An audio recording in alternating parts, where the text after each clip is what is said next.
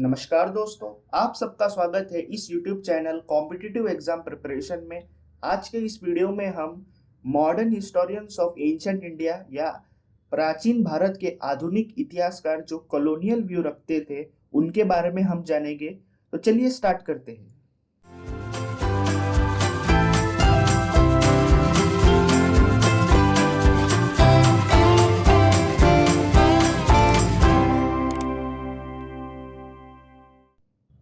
Welcome back friends. Indian modern historians को हम basically 3 categories में डिवाइड करते हैं। पहली कैटेगरी में वो हिस्टोरियंस आते हैं जो कॉलोनियल व्यू रखते थे। इनमें ज़्यादातर हिस्टोरियंस ब्रिटिशर्स ही थे। तो इससे आप अंदाज़ा लगा सकते हैं कि इनकी जो हिस्ट्री की रिसर्च करने की क्रेडिबिलिटी क्या रही होगी। ये इंडियन हिस्ट्री को बहुत तोड़ मरोड़ के पेश करते थे ताकि वे जो इंडिया में जो ब्रिटिश का जो कॉलोनियल रूल था उसको ये जस्टिफाई कर सके। दूसरे कैटेगरी में वो हिस्टोरियंस आते थे जो नेशनलिस्ट अप्रोच रखते थे या वो राष्ट्रवादी विचार से प्रेरित थे। इनका बेसिकली काम यह था जो कॉलोनियल व्यू वाले हिस्टोरियंस ने जो जो गलतियां की थी उनको वो ठीक करने का काम कर रहे थे और हिस्ट्री को फेयर बनाने की कोशिश कर रहे थे। और तीसरे टाइप के हिस्टोरियंस थे जो नॉन पॉलिटिकल अप्रोच रखते थे। यह हिस्टोरियंस बेसिकली किसी भी डायनेस्टी या फिर किसी भी किंगडम में वहाँ की सोशल और इकोनॉमिक क्या कंडीशंस रही होगी उस पे ये लाइट डालने का काम करते थे। ऐसे हिस्टोरियंस सोशलिस्ट आइडियोलॉजी वाले हिस्टोरियंस थे।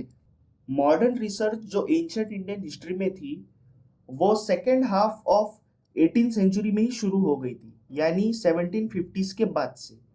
पर सबसे बड़ा सवाल तो यह आता है कि यूरोपियन इंडियन हिस्ट्री के बारे में इतना इंटरेस्टेड क्यों थे। तो इसका सबसे पहला रीजन है टू एडमिनिस्टर इंडिया। देखिए, ब्रिटिशर्स ने बैटल ऑफ प्लेसे और बैटल ऑफ बक्सर ये दोनों जीत लिए थे।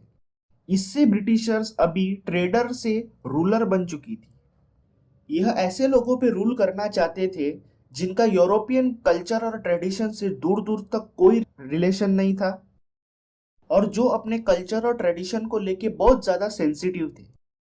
ऐसे लोगों पे रूल करना एक डिफिकल्ट काम था ब्रिटिशर्स के लिए। इसलिए वो इंडियन हिस्ट्री के बारे में पढ़ना चाहते थे ताकि वो यहाँ के लोगों के बारे में समझ सके और उनको रूल करने में आसानी हो। दूसरा रीजन यह था to spread Christianity for enlightenment. Britishers Indian history के बारे में पढ़ के उनमें कुछ कमियां निकालने की कोशिश कर रहे थे ताकि उस कमियों को बेस बना के क्रिश्चियन मिशनरीज, ट्राइबल्स और इंडियंस का धर्मांतरण करवा सके। और तीसरा और सबसे इंपॉर्टेंट रीजन यह था to justify despotic colonial rule in India. ये इंडियंस को बताना चाहते थे कि ब्रिटिशर्स इंडिया में रूल कर रहे हैं, ये इंडियंस के लिए बहुत सौभाग्य की बात है क्योंकि इसके पहले जितने भी किंग्स ने इंडिया पे रूल किया उन्होंने इंडियन लोगों का एक्सप्लॉयटेशन ही किया है और ब्रिटिशर्स इंडियन लोगों का उद्धार करना चाहती है। अब हम पढ़ेंगे colonial view and it's contribution के बारे में। इन 1776 में मनुस्मृति जो धर्मशास्त्र का एक बहुत इंपॉर्टेंट पार्ट था जिसमें हिंदू ट्रेडिशन, कल्चर और सिविल लॉस के बारे में बताया गया है, उसको ट्रांसलेट किया गया इंग्लिश में। उस बुक का नाम रखा गया the code of Gentoo laws. किसने करवाया? सर विलियम जोन्स ने। William Jones East India company के एक बहुत बड़े सिविल सर्वेंट थे। और क्यों करवाया गया? ताकि जो हिंदू के जो सिविल लॉस के जो अफेयर्स थे उनको देखा जाए।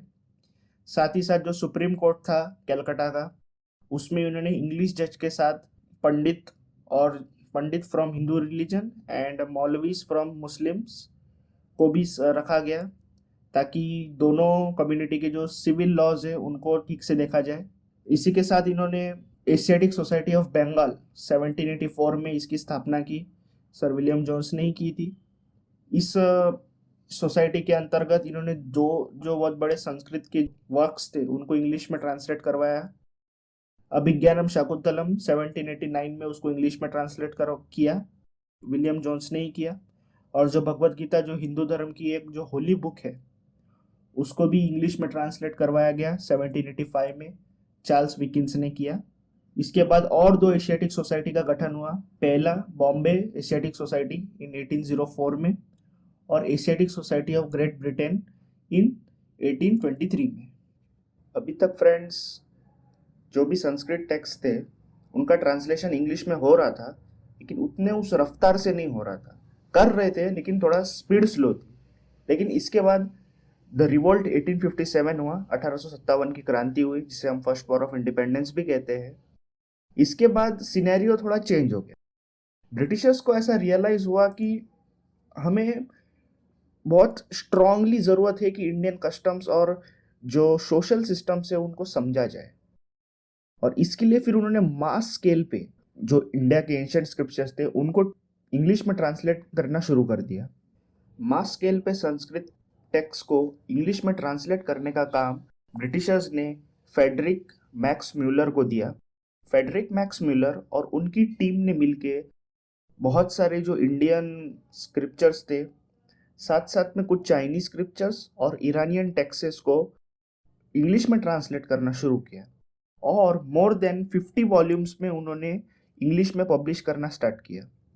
उसे हम the scared book of the east कहते हैं। ये बुक पब्लिश करने के बाद, एक्चुअली ये एक पार्ट में पब्लिश नहीं हुआ था, ये बहुत सारे पार्ट्स में, अराउंड 50 पार्ट्स में वो पब्लिश हुआ। और अगर आप इस scared book of the east को पढ़ेंगे तो इनमें कुछ जनरलाइजेशन दिखेंगे जो म्यूलर द्वारा दिए गए थे।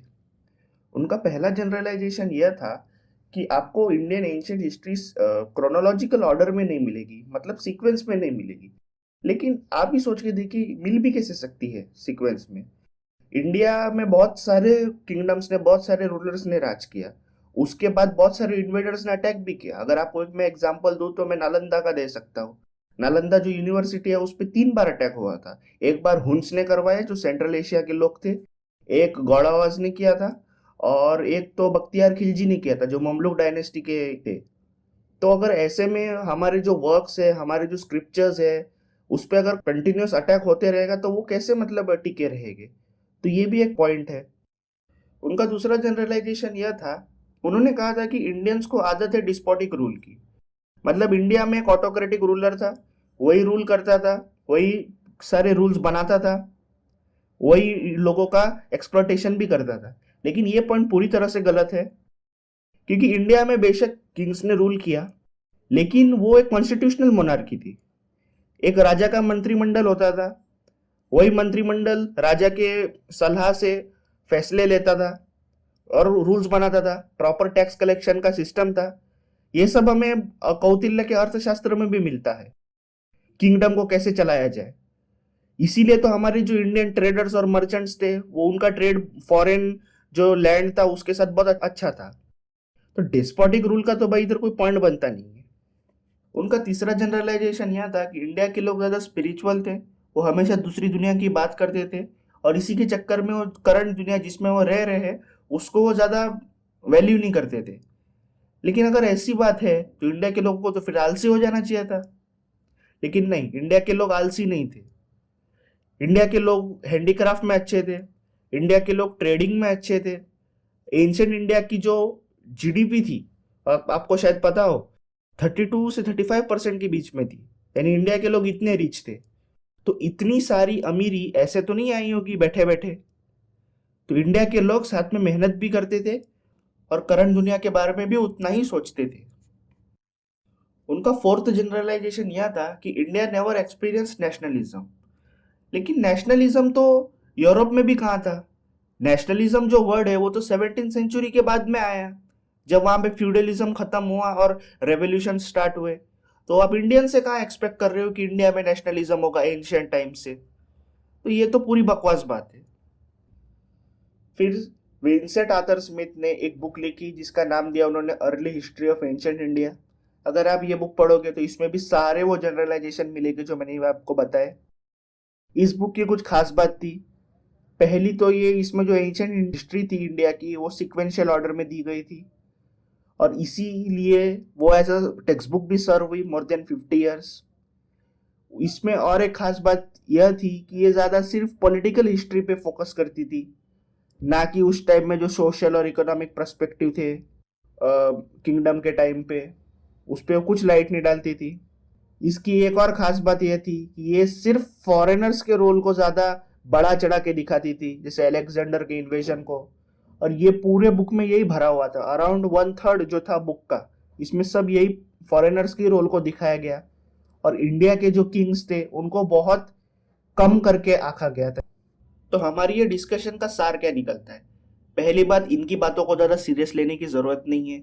ये इंडिया पे राज करने आए थे तो इंडिया के बारे में अच्छा कहाँ से बोलेंगे। इनकी आधी से ज्यादा जनरलाइजेशन तो एकदम फॉल्स थी, बिना सरपेर की बातें कर रहे थे। हाँ, कुछ जनरलाइजेशन वैलिड थी, समवॉट वैलिड थी, जैसे कि वो कास्ट सिस्टम के बारे में बोला उन्होंने। उसके बाद उन्होंने जो सती प्रथा थी, ये सबको सोशल इविल बताया। ठीक है, ये सब बातें हम मानते हैं, लेकिन इनकी बहुत सारी जनरलाइजेशन पूरी फॉल्स थी। और इन्होंने सिर्फ और सिर्फ पॉलिटिकल स्ट्रक्चर के बारे में ज्यादा फोकस किया, ना कि उस किंगडम और डायनेस्टी के टाइप में जो सोशल और इकोनॉमिक सिचुएशन थी उसके बारे में तो उन्होंने कुछ बताया ही नहीं। दूसरा था कि ये सब जो जनरलाइजेशन इन्होंने दिया as a propaganda material use करते थे, ताकि वो इंडियंस का मोरल को डाउन कर सके। और सबसे इंपॉर्टेंट बात कि वो जो अपना डेस्पोटिक कॉलोनियल रूल है उसको वो जस्टिफाई करना चाहते थे, तो इसीलिए वो इंडियन हिस्ट्री को इतना पढ़ रहे थे। सो आई होप फ्रेंड्स आपको ये वीडियो अच्छी लगी होगी। अगर अच्छी लगी तो प्लीज हमें सपोर्ट कीजिए। आगे आने वाली वीडियो में हम नेशनलिस्ट अप्रोच और नॉन पॉलिटिकल व्यू रखने वाले हिस्टोरियंस के बारे में देखेंगे। तब तक के लिए be smart and keep learning. Thank you.